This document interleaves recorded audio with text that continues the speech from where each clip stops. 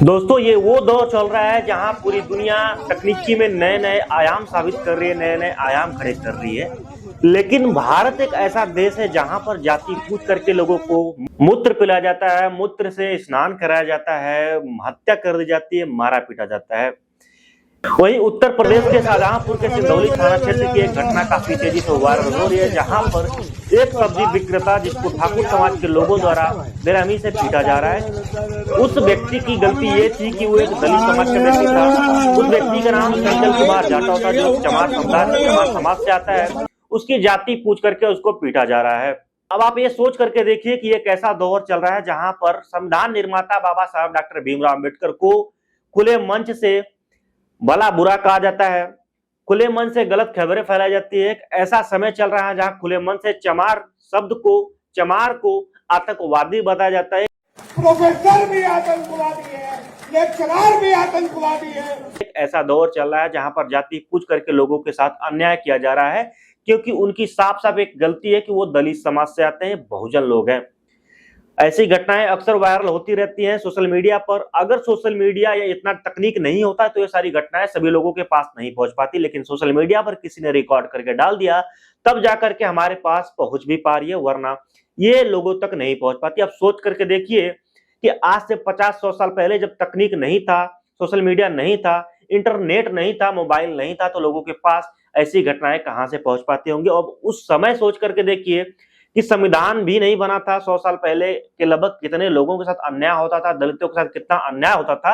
अब आप सोच करके देखिए, बहुत सारे ऐसे प्रूफ भी हमको मिल जाते हैं आज के दिनों में भी कि लोग, उच्च जाति के लोग नीचे जाति के लोगों को अपने चारपाई पे नहीं बैठने देते, अपने साथ नहीं बैठने देते, अपने समक्ष खड़ा होकर के आंख से आंख मिला करके बात भी नहीं करने देते। उस समय की घटनाएं बहुत तेजी से लोगों के सामने अब भी आती हैं कि उस टाइम लोगों को पीछे झाड़ू बांध करके और चप्पल हाथ में लेकर के सवर्ण समाज के लोगों के घर के सामने से जाना पड़ता था, क्योंकि उनके चप्पल के या उनके जूते के जो भी उस टाइम होता था उसका निशान उनके घर के सामने न पहुंच पाया और पीछे झाड़ू लगाया उससे साफ भी होते जाए। इस तरीके का दौर उस टाइम था। अभी भी आप लोग अपने गांव में चले जाओगे, शहरों में तो बहुत सारे लोग पढ़े भी लिखे होते हैं, लेकिन इस टाइम वो लोग भी जातिवाद का शिकार हो रहे हैं। गांव में अभी भी चले जाकर के देखिए, आप लोग एक सर्वे कर लीजिए, आप अपनी जाति चमार रख लीजिए, आप अपनी जाति कोई दलित जाति रख लीजिए और किसी ब्राह्मण या ठाकुर समाज के घर चले जाकर के अपनी जाति बता करके उनसे मदद मांगिए, उनको खाना मांगिए, उनके चारपाई पर बैठ जाइए। अब सोचिए आपका क्या होता है। ऐसे बहुत सारी घटनाएं वायरल होती रहती हैं।